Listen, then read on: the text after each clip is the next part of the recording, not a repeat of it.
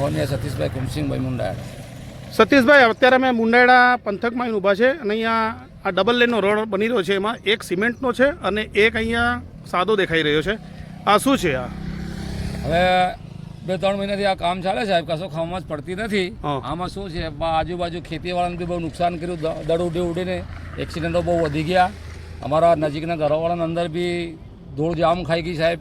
તો અમુક અધિકારી આવે, એમને કહેવામાં આવે છે કે તમે આના રોડને જલ્દી તકે કંઈક પતાવો, તો કોઈ આપણું કંઈ સુનતા સાંભળતા નથી સાહેબ. કેટલા ટાઈમથી આ રસ્તો બની રહ્યો છે? આ 3 મહિના થયા લગભગ.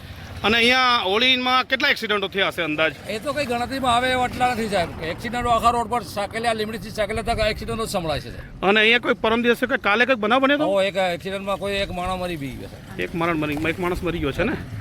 હા. અને અહીંયા કોઈ અધિકારી, કોઈ લેડીઝ આવે છે? કોઈ લેડીઝમાં મેડમ છે, મોટા મેડમ છે એમ કે છે એન્જિનિયર, તો એ આવીને ઉભા રહ્યા હતા અહીંયા? ખબર નહીં મેડમ છે કોણ છે, કોઈ આપણું સાંભળવા તૈયાર નથી સાહેબ. થશે શું કહેવા માંગે છે લોકો? જે કંઈ બજેટ કામ આવશે એ રીતે થશે. કોઈ કોન્ટ્રાક્ટનો ધંધો અમારા ઘરે મૂકીને રાખ્યું એવું અમુક જવાબો આપે છે. એવા ફાલતુ જવાબ આપે છે તમને? જવાબો આપે. તો તમે લોકો કહો ને અમારે અહીંયા રસ્તો આ ક્યારે બનશે? તો આવા ધૂળની ડમરીઓ ઉડે છે.